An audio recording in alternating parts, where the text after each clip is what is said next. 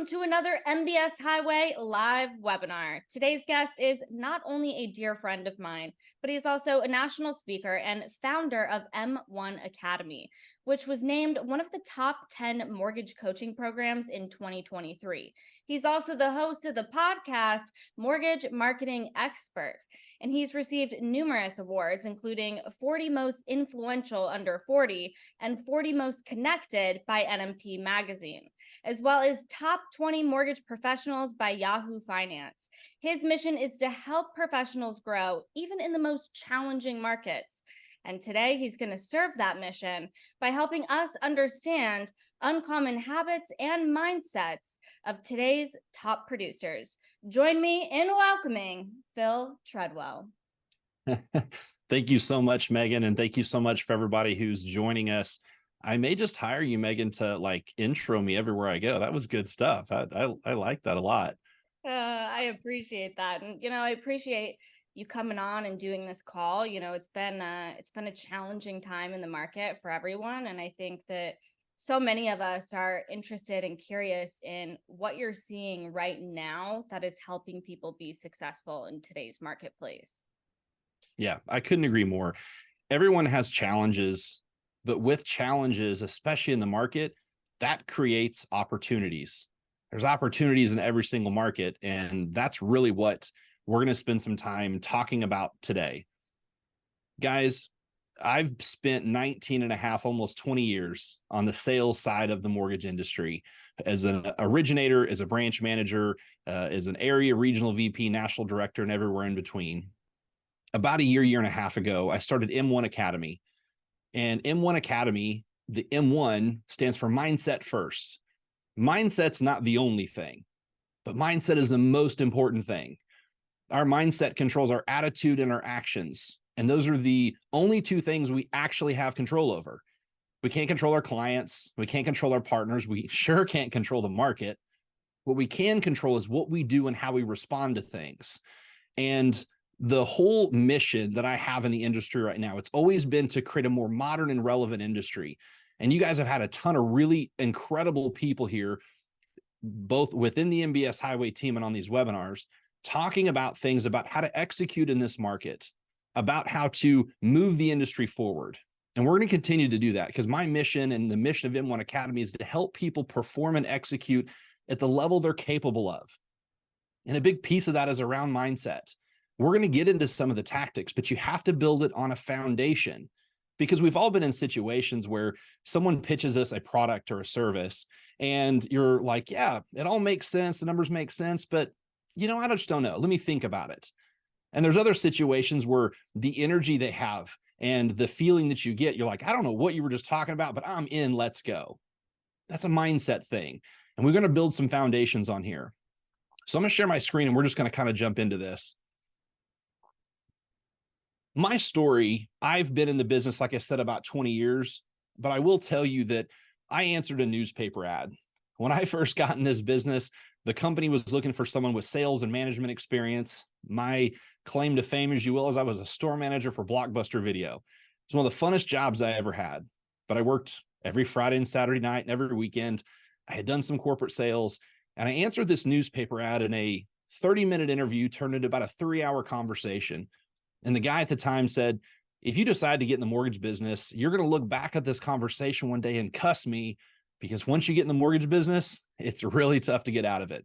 And that's how we all got in this business. We all have a story. No one raised their hand in kindergarten and said, I want to be in the mortgage business when I grow up. Unless maybe you had a parent that did it. But for the most of us, we'll have a story about how we got here. Mine is I did 4 days of classroom style training. On the 5th day, I walked around with my boss, my GM at the time, and did his little milk route. For those of you that have those milk routes or did back in the day where you go visit all your realtors or referral partners. And that next following Monday, he's standing at a copier, just copying black and white photocopied flyers. You can even see where he taped his flyers, where he cut some out and pasted it on there. You can see the tape and the copies.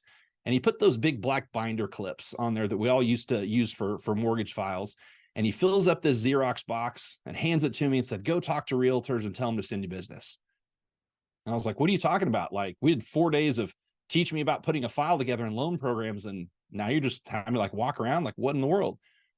And I papered the town. I map quested from my apartment to the different real estate offices, went home for lunch, and I went to the same offices again in the afternoon. And I did that 9 or 10 hours a day for a couple of weeks before I had my first real conversation with a realtor. And she didn't even talk to me because of mortgage. She stopped me while I was handing out my flyers and said, is that your Jeep out there? I had an old busted black Jeep Grand Cherokee that kind of burnt oil, so it smoked a little bit. And when she said, is that your Jeep? I'm thinking, is it on fire now? Or did I park in someone's spot? And she said, the one with the Razorback on the back of it. Because I went to the University of Arkansas. And I said, yeah. She said, who are you? I'm like, oh my gosh. So I started introducing my name, my company. She said, oh, okay, you're a lender. What are you doing here? And I started talking and she said, wait, can you do bridge loans? And I was like, yes. Because my boss said at the time, if they say, can you do something? You just say yes, because we can do everything.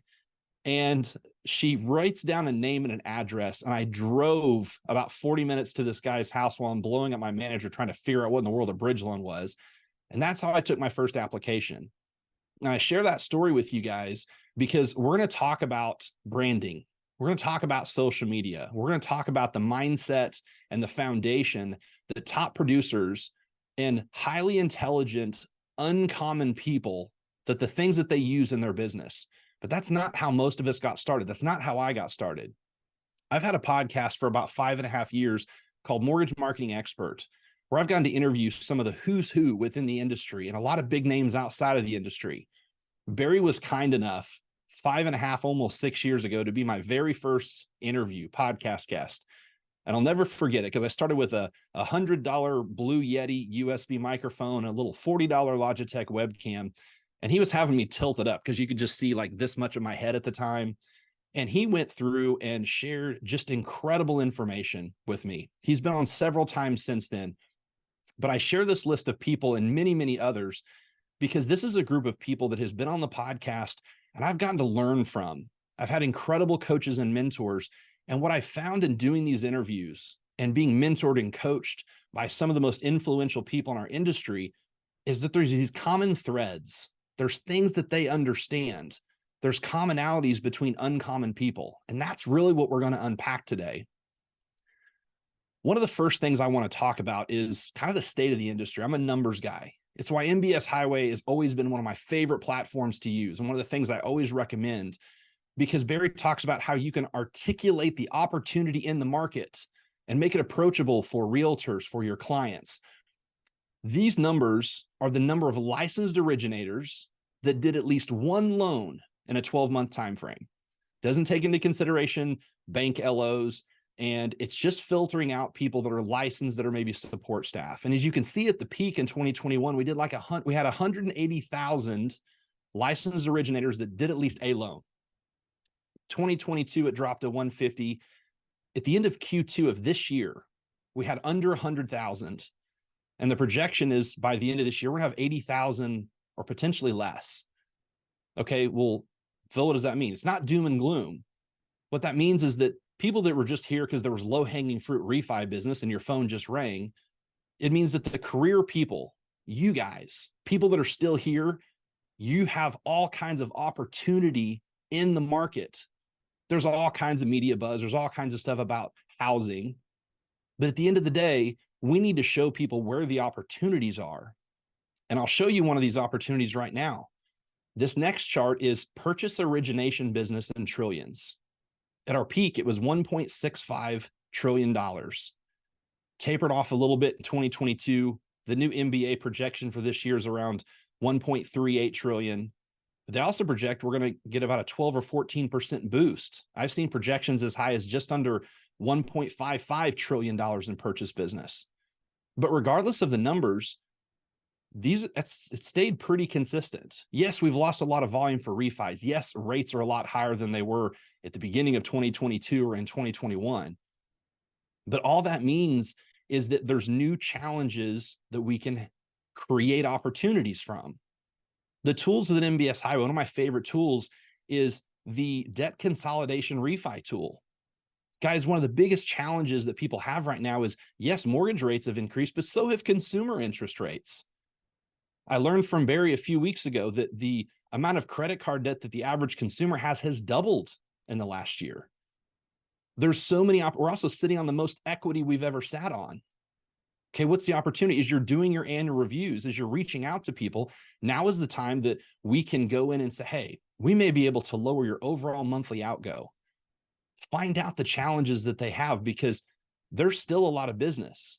When I talked about the first boss that I had and I got in the business, my dad's a builder, my mom was a teacher, and my mom was not happy that I got in the mortgage business. Rates were 7.5%, 8% at the time. She's like, what are you going to do when rates go back up? They're low right now. Well, joke was on her. It took 20 years before we actually got back up to 7.5%, 8%. But I went to my boss at the time. I said, that's a great question. What are we going to do when rates go back up? And he said, listen, my best year as a mortgage originator, rates were 16, 17, 18%. People are always going to buy homes. They just may not buy as big of a home. Guys, there's all kinds of institutions, from the GSEs to, organization. Lots of people are trying to solve the supply issue. People are going to continue to buy homes. Make no mistake, buying a home is still very much part of the American dream. Just millennials, there's 50 million millennials in the United States. Only 38 or 39% of them have a mortgage. Let's say that 12% of them can't get qualified for whatever reason, income, credit, whatever it is. That still leaves 25 million millennials, just millennials, that can enter the home buying market. Guys, there's opportunities everywhere, but we've got to create the foundation. We've got to create in our minds an opportunity for people, and we've got to be a voice of hope. Guys, your unique value can be something as simple as talking about all the things that people can do. I think everyone between 20 and 65 has a desire to want to own real estate, whether they want to create retirement for themselves, create net worth. I don't know if you guys know this or not, but the Social Security Administration on their website says that 98% of people cannot financially support themselves at age 65. They're not financially independent. 98% of people. A third of them have to depend on the government, Social Security and other programs. A third of them depend on family, and a third of them have to continue to work. That's a huge opportunity that we can create net worth and retirement for people. Maybe they want to sell everything and live at a VW bus or RV and travel the world. You need passive income for those things. I see Megan's kind of laughing there. There's a lot of people right now that would love to just go travel the world in a van, an RV, in a bus, whatever. Guys, real estate's one of the most approachable ways for the average person to create wealth, to create passive income. One of the things that was the common thread from uncommon people is that they embrace failure. They don't shy away from it. Ironically, as a side note, this graphic here was one of the things I put on my very first flyer that I used to walk around and paper the town with. And at the top, it says, has your lender fumbled a loan lately? And at the bottom, I put my information. I was creating it in a Word document, so it was the trifecta: bold, italicized, underline. I put available 7 days a week. It wasn't available 24 hours a day, but I let them know that I was there for them if they had anything. I failed a lot. That's why I use that graphic with this specific topic. Guys, academia taught us that success is over here and failure is over here, and we need to decide which way we want to go. Because I couldn't fail every test, fail every quiz. Even if I learned everything I got wrong and learned the material in academia, I'm still a quote unquote failure. That's not the way the real world works. Truly successful people understand that failure and success are stacked. You go through failure to get to success. See, we think that if we fail, that we've now gone further from success than closer. But here's the thing. There's never a situation where doing nothing is better than doing something, even if you fail. Because if you do nothing, you get nothing. If you do something, you either get a win and get a result, or you take an L. And that L is not lost. That L is learned. Which is a win. You get an opportunity to learn something that's going to help you get where you want to go. We as mortgage professionals need to understand if we want to be elite professionals. I think everybody on this call that's taking time to learn today, that's using MBS Highway, that's out in the market, they do want to be elite professionals or consider themselves elite professionals. Well, let's look at elite professionals from other industries. Baseball. I'm in Texas. Rangers just won the World Series. Very excited about that. Elite baseball players or professional baseball players at any level of professional baseball, if they have a 200 batting average, they're probably in the minor leagues. If they have a 300 batting average, they're for sure in the major leagues. They might even be an all-star. If they have a 400 batting average, they're Ted Williams. They're the greatest of all time. See, the irony in this is, I know you guys are good with math, but for those that don't speak baseball, a 300 batting average means 3 out of 10 times they get a hit and get on base. Now, using that math, 7 out of 10 times they strike out or fly out or ground out. They don't make it on base. Okay, wait a minute. To be one of the best in the world at what you do, you can fail 7 out of 10 times? Yes. That's what elite professionals do. Now, there's some people that are saying, Phil, I'm not afraid of failure. I'm okay with it. Yeah, I don't need this part of the talk. That's fine. I would challenge you. Are you okay with people seeing you fail? See, I learned this from Steve Sims. We, a lot of times, may not be afraid of failure, but we don't want people to see us fail. Do we want people to see our pipelines right now? Do we want them to see our bank accounts? Do they want to know the conversations, the heated conversations that we have behind the scenes with people in our office or our spouse or whatever else? See, again, in baseball, they don't get to fail behind closed doors. They do it in front of 40,000 people that when they strike out and walk back to the dugout, they're getting called every name other than the one their mom gave them. And then they have to do it again in 20 minutes or 30 minutes. Do we have that same mindset with our business when we make a phone call with a realtor or with a client and it doesn't go well? Do we understand what happened in that conversation, or do we go do it again? Guys, in that first podcast episode I did with Barry, he said something that I've never forgotten. He said a boxer trains 5,000 minutes for every 1 minute in the ring. That's profound. It's about the reps. How many times are we starting conversations with people next to us at the gas pump or our server or the person at the checkout counter and just getting to know them and starting relationships so that whenever we get into a conversation with someone we really want to get to know and build a relationship with, that it counts, that when we're in the quote ring, we've got the reps in. How often are we practicing our scripts? Guys, I don't love scripts more than the next person, but if you write a script, then you know exactly what you want to say, how you say it, and then you put in the reps and you train and you practice. That doesn't ensure success. We're still going to fail, but now we're confident in what we're saying. Guys, if we do it over and over and over, that's going to create confidence, not because of the wins, but because of the losses. We realize that the losses don't move the needle near as much as the wins do. And that's what we have to remember about embracing failure, is it's part of success. That's one of the things that uncommon people understand. People that are top producers. I've got people in my coaching program right now that have had their biggest month ever or their biggest month this year in October and have an incredible run rate through the next couple of months. And guys, we all know it's as hard as it's going to get right now. We all know that in 2024, things are going to loosen up. We're already starting to see that not only the market's moving a little bit, but there's optimism. We've got to carry that torch. But top producers right now, people that are having success, are putting in the action. They're doing it over and over and over, because failure is not a part of this. People that you see with swagger, that walk into the room, that just have it all together, that's not a God-given trait. Guys, confidence is not a personality trait. Confidence is a skill that you learn. And you learn that through taking the reps, by taking action. That's super, super important.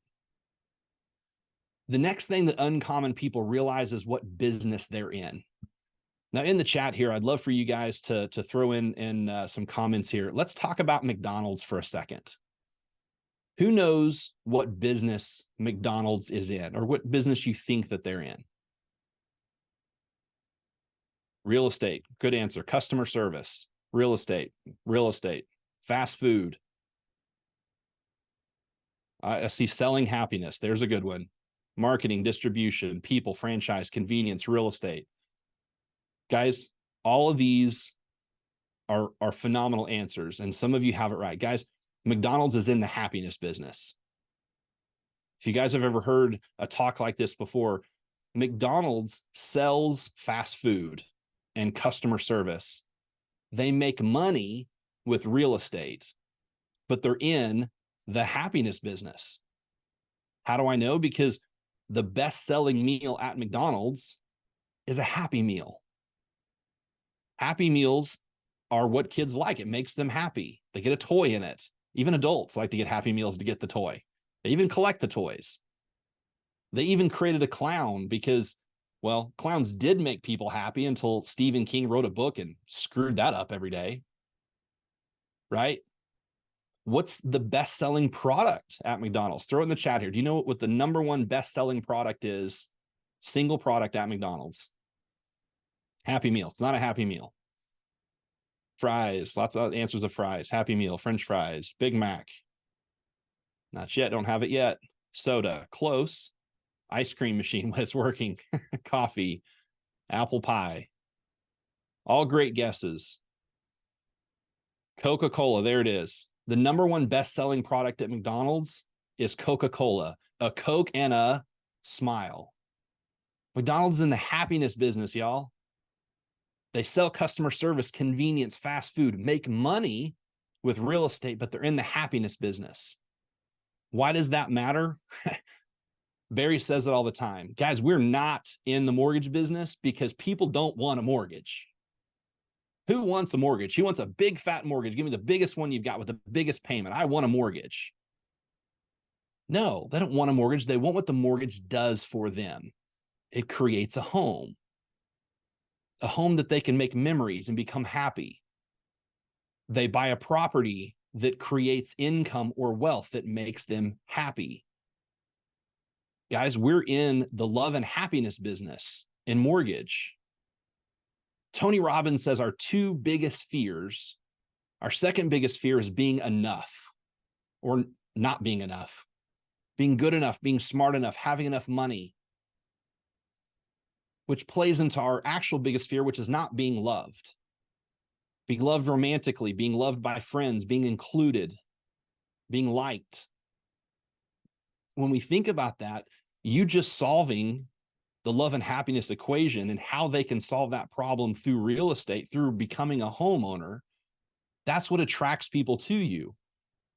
I would even challenge you. We didn't even call, when I recently had a production team here not too long ago, we didn't even call an application an application. We called it a client profile. Why? Because the root word of application is apply. Hey, go fill out a form so we can see if you're good enough. No, call it a client profile. Hey, we want to have you fill out this client profile. Give us some information so we can help create a strategy for you. It's not going to be no. It's either going to be a yes or a not yet. We're going to help you create a strategy to get there. We have to understand that the mortgage business makes money with real estate, makes money with mortgages, but the business we're in is in people. It's in love. It's in happiness. Let's talk about Apple. See, when Apple first launched the PC, the personal computer, IBM was not in the personal computing space. It was international business machines. They did mainframes and business computing. So when IBM launched a PC, everyone's like, oh, Apple, you need to be careful. Man, IBM's going to crush you guys. Apple wasn't concerned about that. Not even a little bit. Apple was like, hey, we're confident in our product. But the challenge we have when it comes to telling people about the power of having a personal computer in the home is the education piece. And we don't have enough pockets for that. IBM does. They didn't see IBM as competition. They saw them as someone that could help them achieve the goal and solve the problem of their intended audience too. So what did they do? They took out a full page ad. And I don't remember if it was Wall Street Journal or New York Times, but it was a huge newspaper. And they put, welcome IBM. Seriously. Welcome to the most exciting and important marketplace since the computer revolution began 35 years ago. Now look at the bottom. Welcome to the task. They didn't see IBM as competition. They were confident in what they did. They saw them as an ally to help them move it forward. Us as an industry need to stop worrying about competition and start understanding that rising tide raises all boats, raises all ships. We need to be excellent in what we're doing. We need to be sharing information. We need to be making sure we're solving problems. Why? Because there's plenty of business out there for everyone who's willing to do the work. We can't have a scarcity mindset. We have to have an abundance mindset. We have to understand that if we're doing our thing and we're solving problems for people, it doesn't matter what anybody else is doing. There is no new content under the sun. Your piece of content doesn't matter. If you actually have an original thought, you need to be shouting it from the rooftops everywhere you can so that people know you said it. Other than that, we need to be sharing ideas and solving problems for people. Why? Because you're going to have a unique value offer. And we're going to talk about that in just a second. The next thing that uncommon people understand is they know what people pay for. If you haven't caught anything that I've said so far, catch this.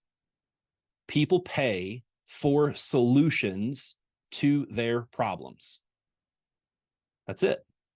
If you're not making enough money, if you don't have enough volume or production or whatever the metric is that you want to increase, you're not getting that for one of three reasons. The first reason is you're simply just not solving enough problems for people. That's it. You need to go solve more problems for people. The second reason is you're not clear about the problem that you solve. You're either not clear yourself about the specific problem that you solve, or you're not doing a great job letting people know what problem you solve, but it's not clear what problem you're solving. And then the third reason is people don't believe that you can solve their problem. Maybe that's a reputation thing. Maybe that's you've not been clear enough about it.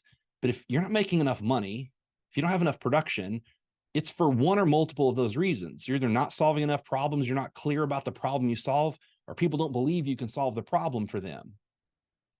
Guys, problems are opportunities. When we're having a one-on-one with a realtor, let's say you send a text message of, hey, Megan, saw on social media that you were traveling. That's so awesome. Glad you're back in town. I do a lot of marketing online, and a lot of times I run into people that don't have a realtor. I'd love to have a quick conversation, see if our goals align. Maybe we can do some business together. I'd love to get to know you. Maybe you do that 10 times a day, 20 times a day. You get some realtor one-on-ones lined up. In those conversations, first of all, you don't need to spend an hour selling yourself. You're there to build a relationship. Relationships take time, and we just don't give it enough time. You don't do business and then create relationship. You build a relationship and then you do business. So I'd challenge you, the first meeting, whether it's Zoom, phone call, coffee, you need to limit it to about 20 minutes, maybe 30 max. Because scientifically, if you have a one-on-one conversation, the person that does the majority of the talking walks away feeling good about that conversation. So you need to ask them questions. Hey, how did you get in the business? Hey, what's been going on the last year, 2 years?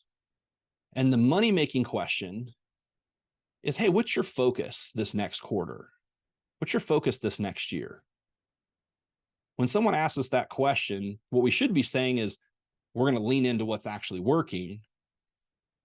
But what we normally do is when someone says, hey, what's your focus? We talk about something we're going to improve on or that we need to improve on. So when you ask that to a realtor, they're going to tell you one of the challenges they have. They're going to tell you a problem they have, and you now know what problem you can solve for them. One of the biggest mistakes I see loan officers is we talk about their scripts. They talk about the things that they're sharing with agents. They ask this question of, hey, what can I do for you? How can I help you?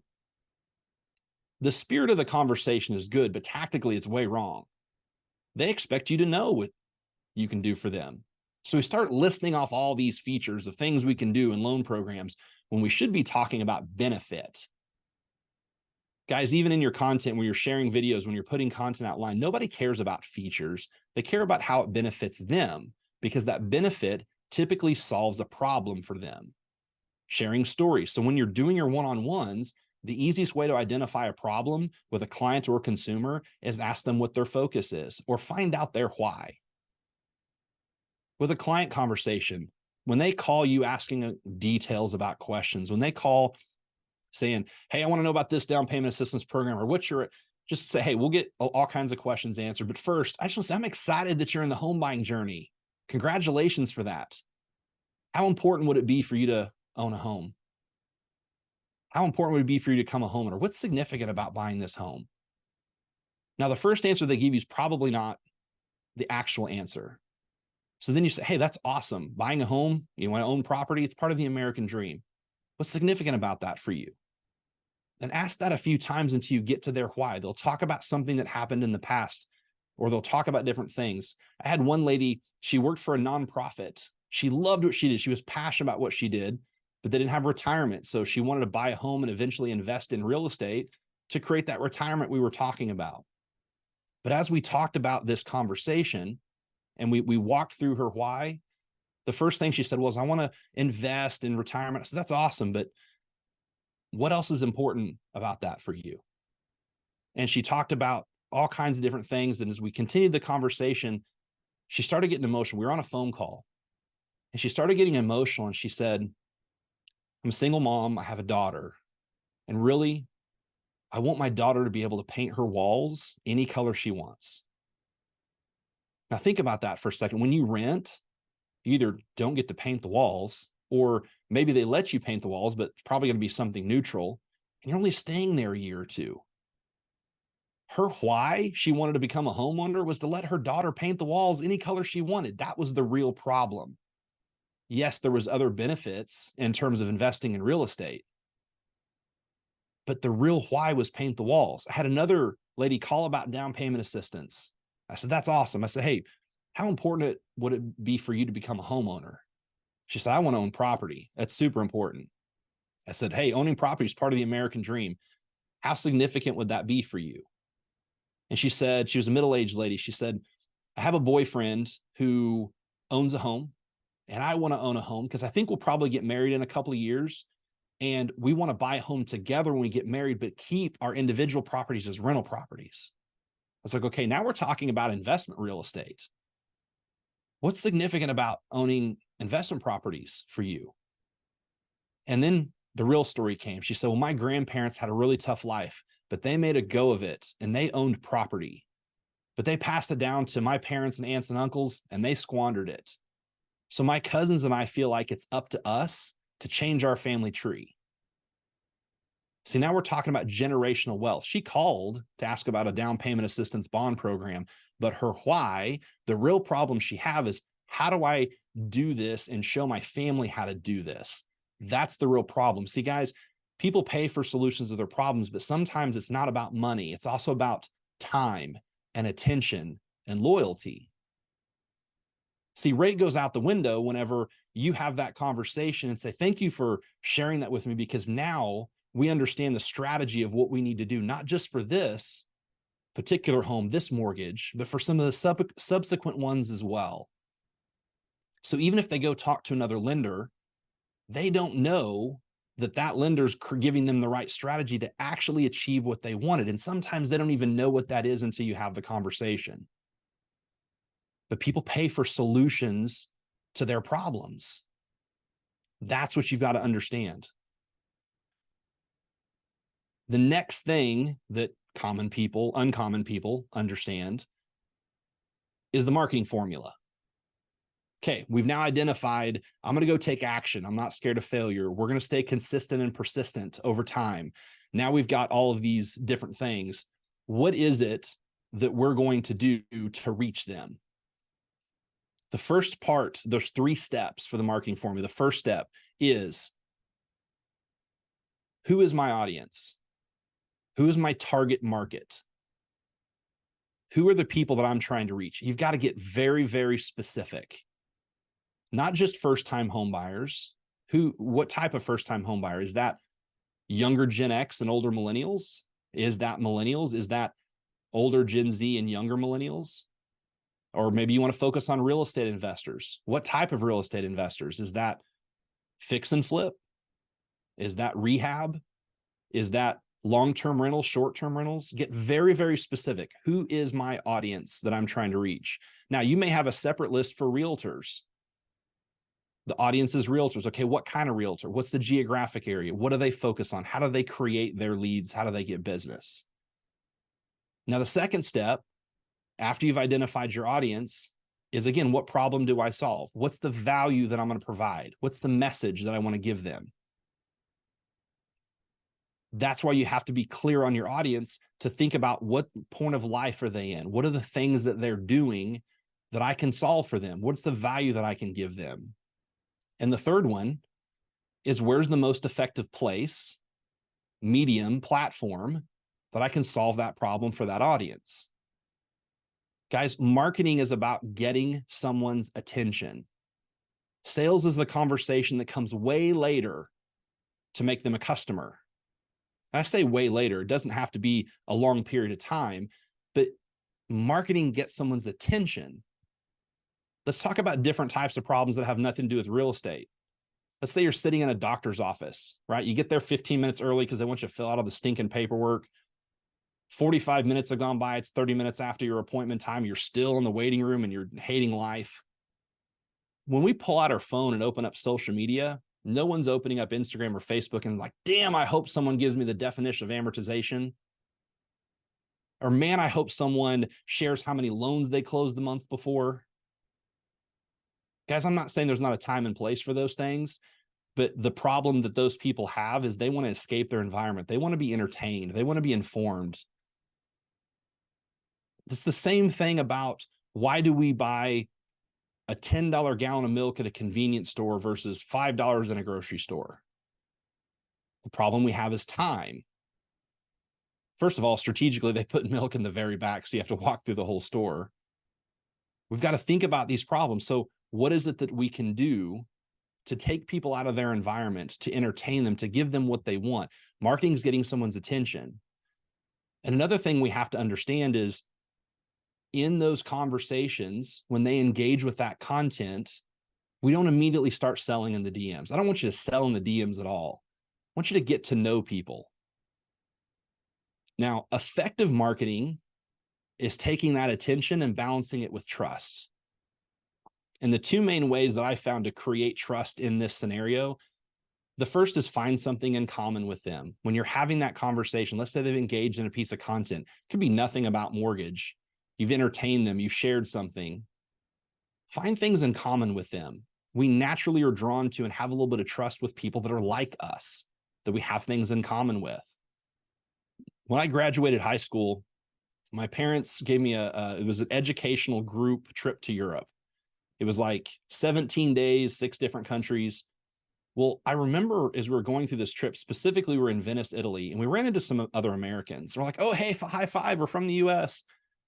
And we spent time, walking around with them that day. I remember thinking years later, like, that was interesting because I don't walk around the US being like, oh, high five, I'm from the US. Unless me living in Texas, I'm in New Jersey, and I see someone else who lives in Texas, like, oh, hey, high five, I'm from Texas. But I don't do that in Texas unless me living in Dallas, I'm in Houston, and I see someone from Dallas. You guys get the idea. The point is, in different environments, we're naturally drawn to people that are like us, that we have things in common with. That leads to trust.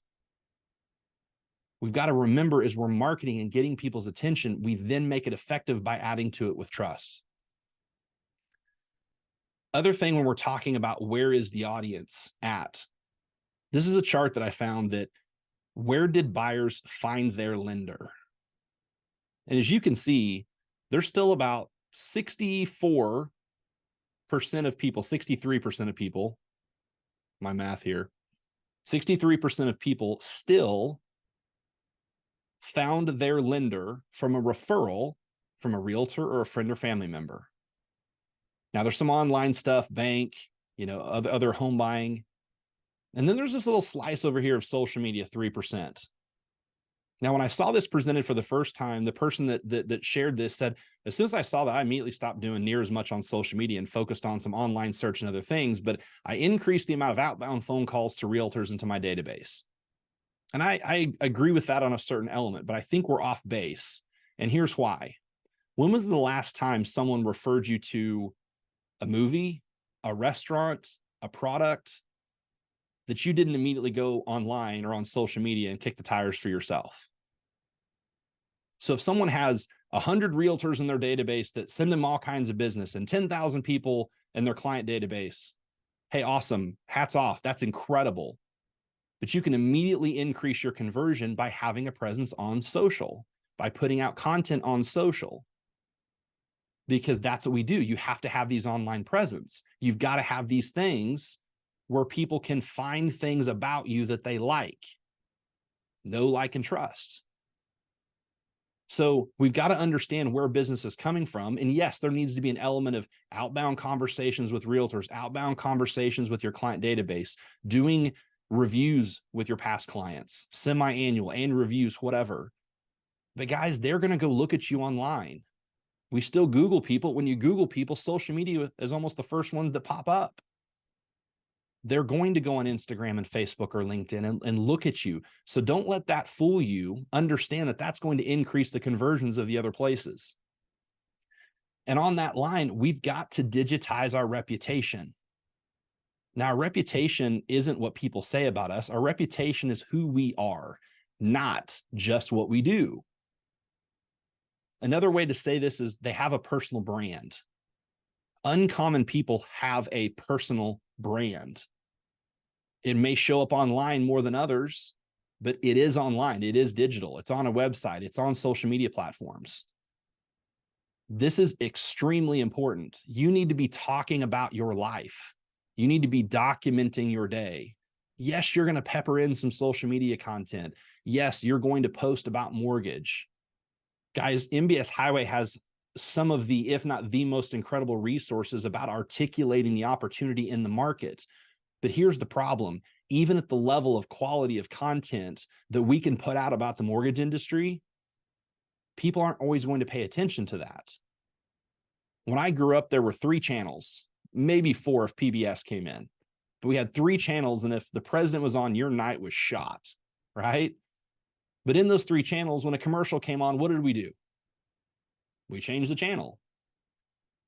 That's what's happening with a lot of people's social media right now. It's advertisement and advertisement and advertisement and post about mortgage and post about mortgage, and people stop paying attention. But if you share who you are, not just what you do, people will pay attention. You need to come up with some pillars about your life, your hobbies, your pets, your family, things you like to do. People engage with that kind of stuff. I'm not saying you got to post pictures of all your meals, but what you do need to do is understand that the things that we think no one cares about are ironically the most important opportunities we have to make a connection with people. That's what people actually care about. A good friend of mine, Chelsea Pites, has a phrase, there's magic in the mundane. Those things that we, please go ahead. I want to pop in and I want to say, I've followed Phil for a long time on social media, and one of these kind of mundane things that you post that I feel like has brought a lot of connection between you and I and you and other people is every time you're flying on a plane, you take a picture, you take a wing pic, and the next thing you know, everyone thinks of you every time they get on a plane. There's been multiple times I've taken a wing pic and tagged you, and other people have, and it's this stupid little thing.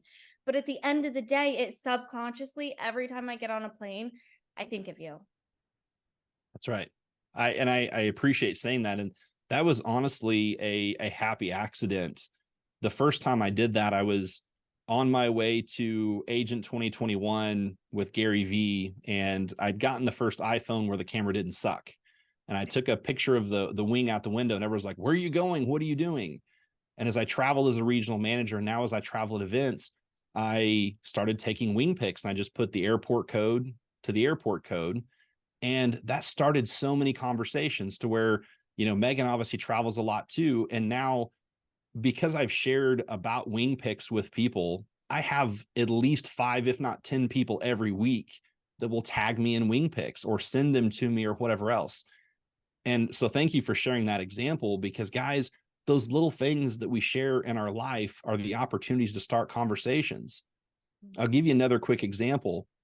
I had had my podcast for a few years, and a guy sent me a DM on Instagram and said, hey, I heard in one of your episodes that you really like Scotch. I'm a bourbon guy. What's your favorite? And in the DMs, we sat there and had a conversation about whiskey. He didn't say, hey, I've been listening to your podcast for a year, and man, that one tip that you said was just revolutionary. That guest said this and it changed my business. Now, I hope some of those things happened, but what made him reach out was something that I talked about that was relevant to him. Guys, we need to be thinking about the people that we want to reach. What are the things that are relevant to them? All of those things. Someone put in the comments, homemade meals or video, when I post homemade pictures or videos of meals. Yes, 100%. I have one of my coaching clients. She was trying to think of things to post, and I asked her, what's your hobbies? And she said, well, honestly, right now, my favorite thing is to grow herbs in my backyard. And I was like, that's actually perfect.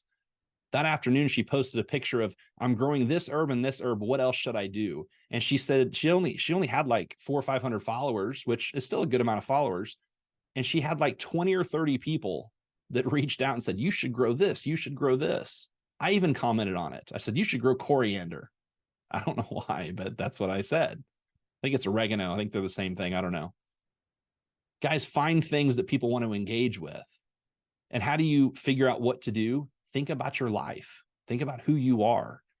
That's the most important thing. That's part of your personal brand. Guys, a personal brand is not a shtick. It's not a logo. It's not this big brand. It's about the person, not the brand. Now, how do I know this?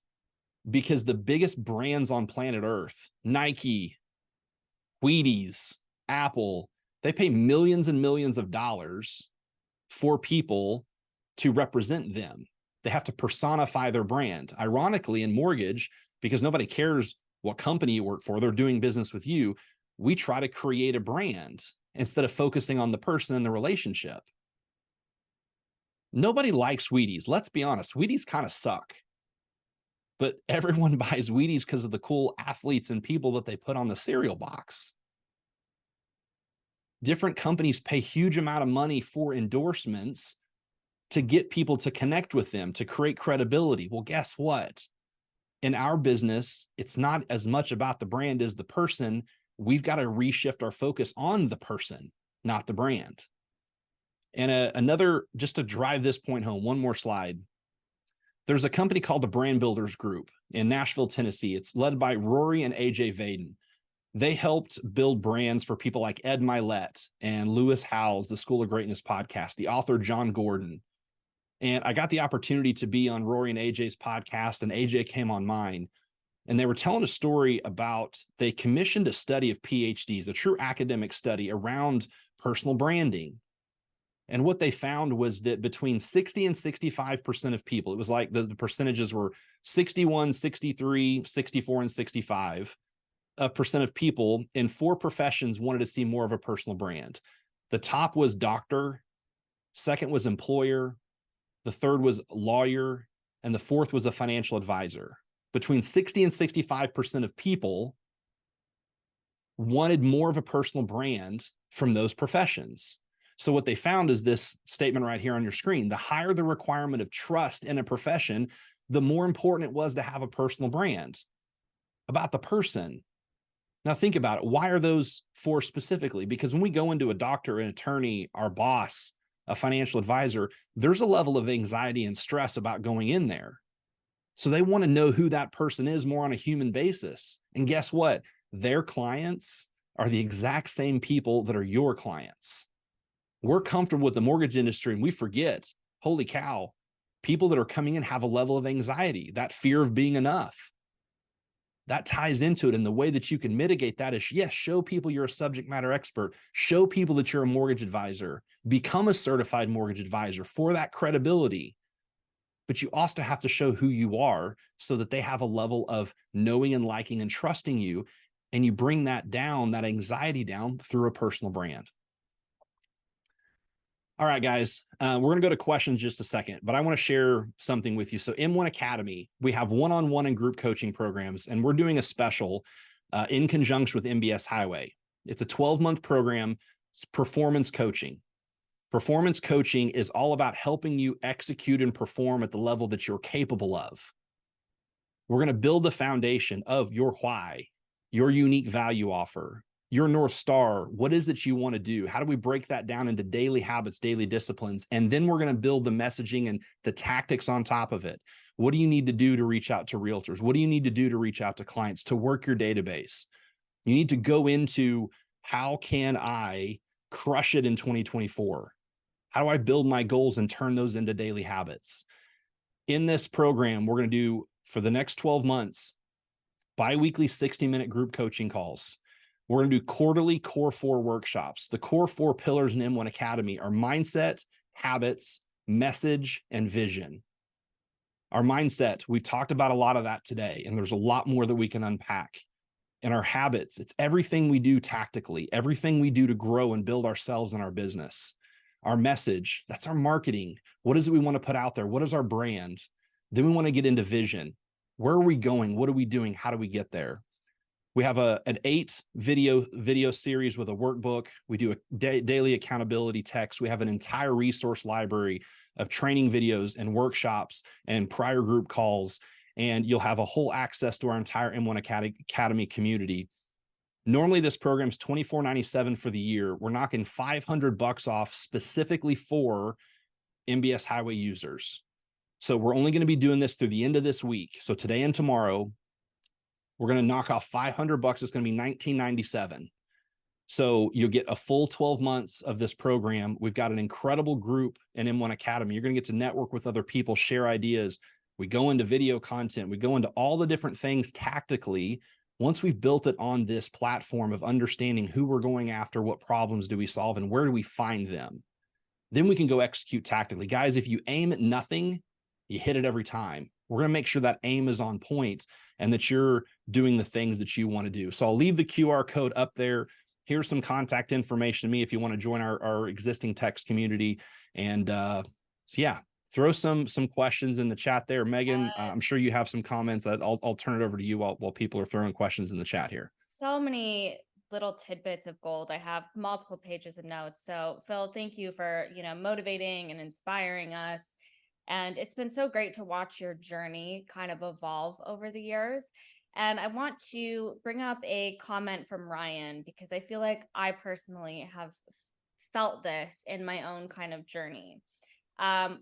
This kind of idea between, okay, I have to be on social media, so I have to be an influencer, I have to be in the industry, I have to work, this isn't my main job, kind of being overwhelmed at the fact of, when I go to work, I want to be at work. And when I be at home, I want to be present. How do we strike a balance, and how do we make this easier where we don't have to overthink it? Yeah, I think this is a great question. You don't necessarily need to be an influencer. You need to be a person of influence. And when it comes to your workday, bookend your workday. When do you start and when do you stop? We've got a whole course and workshop around time tracking and time blocking. And just the quick 60 seconds is bookend your day. And when you think about, we've all seen the video of the jar where they put rocks in it. Okay, is the jar full? Yes. Well, then they put gravel in it. Is the jar full? Yes. Then you put sand. Well, guys, the rocks are the income producing activities that only you can do. You've got to put those in your day, and you fill your day with everything else. When it comes to being an influencer, it's not that you need to be an influencer. A personal brand is just who you are, so that people that know you or didn't know you, that want to know you, know more about you. We spend too much time talking about just mortgage content, and people don't get to see it because that's all we're putting out. I know so many people that have given up on social media, not because it doesn't work. When I did my podcast episode with Gary Vee a few years ago, he said saying social media doesn't work to build your business is like blaming the basketball for not being LeBron James. We don't blame the basketball for not being LeBron. We have to go do the things that LeBron did to become LeBron. So what does that mean? We have to be consistent about sharing who we are in our stories. It's super easy on Facebook and Instagram to take a picture of what you're doing, to share a quick video of a mental nugget you had, talk about something you're grateful for, or share other people's content. If you're a great content curator, people will follow you because you're sharing other people's content that's good and they can find it all in one place. But no, when you go home, you can go home and be at home, be present there. But there are going to be times where you can share a quick thing about what you're doing. You can take a quick picture, a quick video of things you're doing with your kids or with your family, or talk about your home life. All of those things are extremely important when it comes down to letting people know that you're not just this mortgage expert that's unrelatable. Those are huge opportunities. You don't have to do that, but if you pepper that in there, you're going to see a lot more results. I also think it's important to note here too that creating content shouldn't be a drag. It should be something that you look forward to creating.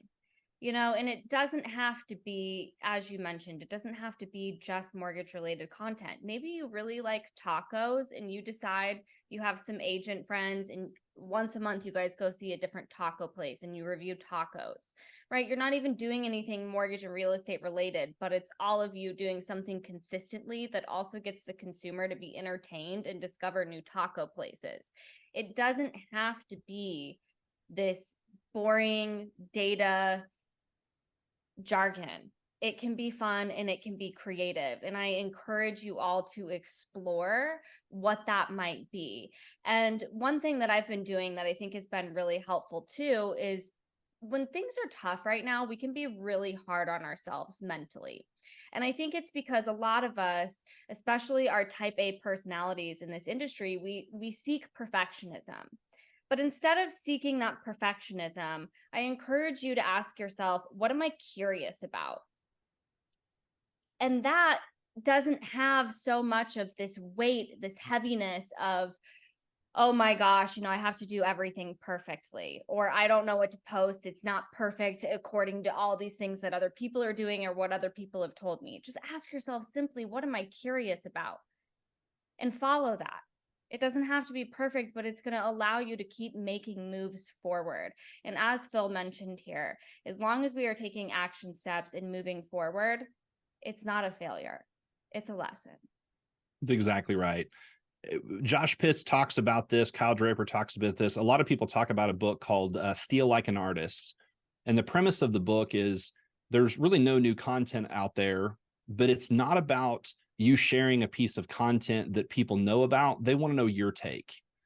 So if you go learn something and you just recorded a quick 30-second video that said, hey, I just learned this thing, or I just saw this video, even if they've seen the video, they want to know your take on the video. They want to know what you think about that thing. So as Megan said, when you find something you're curious about and you learn, share that journey. I just learned about this. I had no idea. That starts conversations, but you also open the door for other people to want to know about that thing or to want to take that journey with you. One of the biggest challenges we have with trying to be a quote expert is it becomes unrelatable, as opposed to I'm not an expert, but I know a lot about these things. I called my podcast Mortgage Marketing Expert, not to call me the expert, but to highlight experts that came on. And what all of them did was humanize themselves of here's what I know, but I still have room to grow and learn. That makes it relatable. So when you're sharing something that you're learning, not only are you informing people, but it becomes relatable as opposed to just from a position of expertise. One of the questions that Kevin threw in here is, are they going to Google first look us up and talked about Google business profile? Yes, they may Google you, which will show a lot of your social profiles, or it may show your Google business page, which I highly recommend to have because, again, that connects to those other things. And a lot of times that's what comes up first. The other question that we have on here is, what's your favorite CRM? I like a lot of different CRMs, and a lot of people don't like this answer when I give it, but the best CRM is the one that you use. Mm-hmm. My favorite CRM is the one that someone spends time building out. But you also have to figure out, what do you want your CRM to do? Do you want lead nurture into point of sale application? Do you want milestone updates throughout the process? Or do you want post-closing nurture where you're giving more information and staying top of mind with people? Different CRMs are going to have different strengths with different ones. Sometimes your existing companies may cover part of that and you want to, do some things around it. But regardless of what CRM you use, you need to have a database. Just a quick story. I met a guy at a company that I used to work with a few years ago. He'd been in the business 10, 12 years. And the first year he got in the business, and mentor told him, every person you meet around town, every person that you know in your phone, you need to get name, phone number, email address, and put it into a database. And that's all he did for a year, was get to know people, meet random people, put it all in a database. The next year, he did about 40 or $50 million in production. For the next 10 years, he did over $110 million. And almost all of what he did was build his database. So at the end of the day, it's really about the one that you use. Yes, love that. And for those of you that have been asking about the recording, yes, you will receive that in an email after this webinar. It will also be posted on our MBS Highway YouTube channel. Be sure to subscribe so that you get notified every time we do live webinars like this. And Phil, I just want to say thank you again for taking time out of your day to share all of these golden nuggets with us. We appreciate you. Man, thank you so much, Megan, for having me, and to Barry and the whole team. I love what you guys do, and I'm just honored to be a part of it. Thanks, everyone. Until next time.